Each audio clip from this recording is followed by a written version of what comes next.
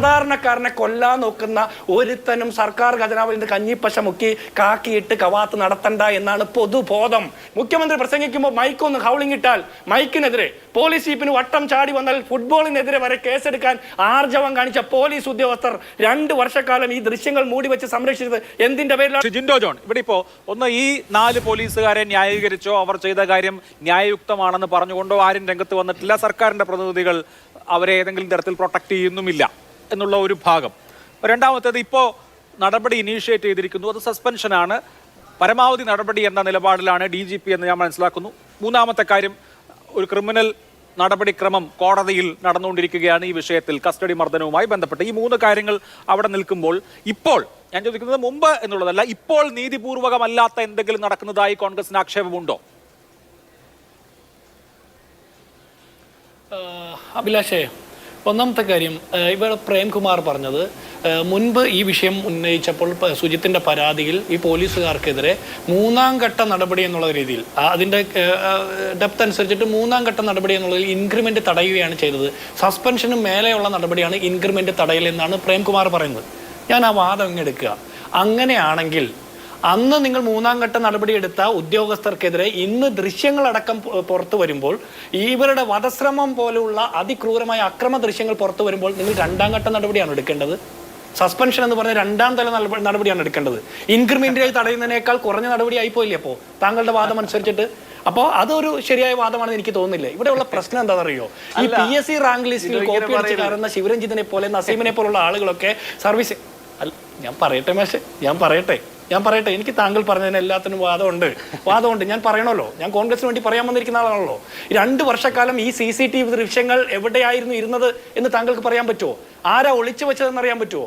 അവിടുത്തെ SHO അടക്കം മേലുദ്യോഗസ്ഥരടക്കം കണ്ടതല്ലേ ഈ CCTV ദൃശ്യങ്ങൾ? അത്തരത്തിൽ ഏതെങ്കിലും ഒരു നടപടി എടുത്തോ?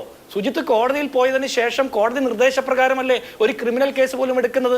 ഈ ദൃശ്യങ്ങൾ പുറത്തു വന്നതിന് ശേഷം ഇതിന് ആനുപാതികമായിട്ടുള്ള വകുപ്പുകൾ ചാർത്തി കേസെടുക്കാൻ പറ്റിയിട്ടുണ്ടോ?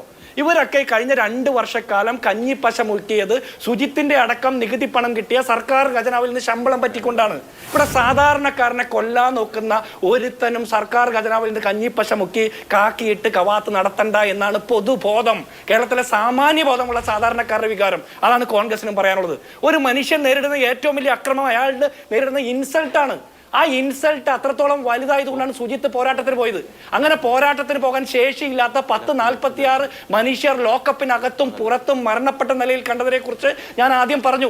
അവർക്കൊക്കെ നീതി ഉറപ്പാക്കണ്ടേ പ്രേംകുമാറെ? അവർക്കൊക്കെ നീതി ഉറപ്പാക്കണ്ടേ?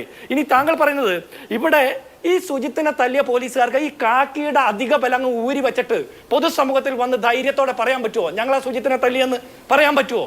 അങ്ങനെ പറയാൻ പറ്റുന്നില്ലെങ്കിൽ അവർക്ക് ഇങ്ങനെ അക്രമം കാണിക്കാനുള്ള അധിക ബലം നൽകുന്നത് രാഷ്ട്രീയ പിന്തുണയുണ്ട്, ഭരിക്കുന്ന സർക്കാരിന്റെ സംഘടനാപരമായിട്ടുള്ള പിന്തുണയുണ്ട് എന്ന് തന്നെ വിചാരിക്കണം.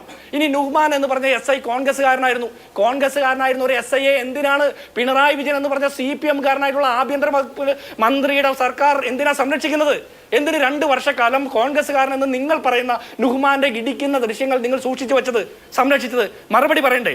ഇവിടെ ഒരു കാര്യമുണ്ട്, മാല മോഷ്ടിക്കുന്ന, മാങ്ങ മോഷ്ടിക്കുന്ന അല്ലെങ്കിൽ മയക്കുമരുന്ന് കടത്തുന്ന പോലീസുകാരിൽ നിന്ന് ആളുകളെ കൊല്ലാൻ നോക്കുന്ന പോലീസുകാരിലേക്ക് വളർന്നിരിക്കുന്നു. ഇവിടെ നമ്മൾ ഉത്തരേന്ത്യയുമായിട്ട് കമ്പയർ ചെയ്യാൻ പാടില്ല. ഉത്തരേന്ത്യ ഒരു കാലത്തും ഒരു കാര്യത്തിലും കേരളവുമായിട്ട് കമ്പയർ ചെയ്യാൻ പറ്റുന്നതുമല്ല. അങ്ങനെ വരുമ്പോൾ നമ്മൾ ഉത്തരേന്ത്യയുമായിട്ടുള്ള കമ്പയർ ചെയ്യുന്നത് എല്ലാത്തിനും മാറ്റം വരുത്തും, എല്ലാത്തിനും നവോത്ഥാനം കൊണ്ടുവരുമെന്ന് പറഞ്ഞ് സർക്കാർ ഖജനാവിൽ നിന്ന് വലിയ പ്രചരണങ്ങൾ നടത്തി ഫ്ലെക്സ് ബോർഡുകൾ വെക്കുന്ന മുഖ്യമന്ത്രി കേരളം ഭരിക്കുമ്പോൾ ഇങ്ങനെ ഒരു സംഭവം ഉണ്ടായിട്ട് 2 വർഷക്കാലം CCTV ദൃശ്യങ്ങൾ ഒളിച്ചു വെച്ചു, ഉന്നത ഉദ്യോഗസ്ഥന്മാർ സംരക്ഷിച്ചു. തെറ്റാണ്. മൈക്കിനെതിരെ മുഖ്യമന്ത്രി പ്രസംഗിക്കുമ്പോൾ മൈക്കൊന്ന് ഹൗളിംഗ് ഇട്ടാൽ മൈക്കിനെതിരെ പോലീസ് ജീപ്പിന് വട്ടം ചാടി വന്നാൽ ഫുട്ബോളിനെതിരെ വരെ കേസെടുക്കാൻ ആർജവം കാണിച്ച പോലീസ് ഉദ്യോഗസ്ഥർ 2 വർഷക്കാലം ഈ ദൃശ്യങ്ങൾ മൂടിവെച്ച് സംരക്ഷിച്ചത് എന്തിന്റെ പേരിലാണെന്ന് പറയണ്ടേ? ഇവിടെ അക്രമികൾക്കെതിരെ നടപടിയെടുത്താൽ ആത്മവീര്യം ചോർന്നു പോകുമെങ്കിൽ അങ്ങനെ ആത്മവീര്യം കാക്കിപ്പാൻഡിൽ ഊർന്നു പോകുന്നവൻ ഒറ്റ ഒരുത്തനും കേരളത്തിലെ ആഭ്യന്തര വകുപ്പിൽ വേണ്ടാന്നേ. അങ്ങനെ ഒരുത്തനും സല്യൂട്ട് അടിക്കാൻ ഞങ്ങൾ തയ്യാറല്ല. അങ്ങനെ ഒരാൾക്ക് പോലും ശമ്പളം കൊടുക്കാൻ ഞങ്ങളുടെ ഒന്നും പൊതുഖജനാവിലെ പണം എടുക്കാൻ പാടില്ല. അക്രമികൾക്കെതിരെ ശബ്ദിക്കുമ്പോൾ, അവർക്കെതിരെ നടപടിയെടുക്കാൻ പേടിക്കുമ്പോൾ അവർ ആത്മവീര്യം ചോർന്നു പോകുമെന്ന് കേരളത്തിലെ ആഭ്യന്തര വകുപ്പിന് തോന്നുന്നുണ്ടെങ്കിൽ അതൊരു ശരിയായ പോലീസ് മാതൃകയല്ല. ഇനി ഒരു കാര്യം കൂടി താങ്കൾ പറയാം. താങ്കൾ മാങ്കൂട്ടത്തിനെ ഇതിലേക്ക് പ്രത്യേകം കൊണ്ടുവന്നു. അത് താങ്കളുടെ പേഴ്സണൽ ഇൻട്രസ്റ്റ് ആയിരിക്കും. മുൻ ഭാര്യയെ കുനിച്ചു നിർത്തി മുട്ടിനിടിച്ച മുഹമ്മദ് റിയാസിനെ പോലെ എല്ലാവരും സ്ത്രീപീഡകരാണെന്ന് ഞാൻ പറയില്ല. കൊലക്കേസ് പ്രതിയായിട്ടുള്ള മുഖ്യമന്ത്രി പിണറായി വിജയനെ പോലെ എല്ലാ CPM-കാരും കൊലക്കേസ് പ്രതികളാണെന്ന് ഞാൻ പറയില്ല. പി ശശിയെ പോലെയും PK ശശിയെ പോലെയും മുഴുവൻ CPM-കാരും പീഡകരാണെന്നും ഞാൻ പറയില്ല. അല്ലാത്ത ആളുകളും എല്ലായിടത്തും ഉണ്ടെന്നേ. നമ്മൾ ഇത്തരം കാര്യങ്ങളൊക്കെ അത് വലിച്ചഴക്കേണ്ട. നമ്മൾ പറഞ്ഞു വരുന്നത് സുജിത്തിനെ അടിച്ച് ആക്രമിച്ച് കൊല്ലാൻ നോക്കിയവർക്കെതിരെ സസ്പെൻഷൻ അല്ല, അവരെ സർവീസിൽ നിന്ന് പുറത്താക്കുക എന്ന് പറഞ്ഞാൽ അവർ മറ്റൊരു സർക്കാർ സർവീസിലും ഇനി അങ്ങോട്ട് ജോലി ചെയ്ത് സർക്കാർ ശമ്പളം പറ്റാത്ത രീതിയിൽ അവരെ മാറ്റി നിർത്തണം.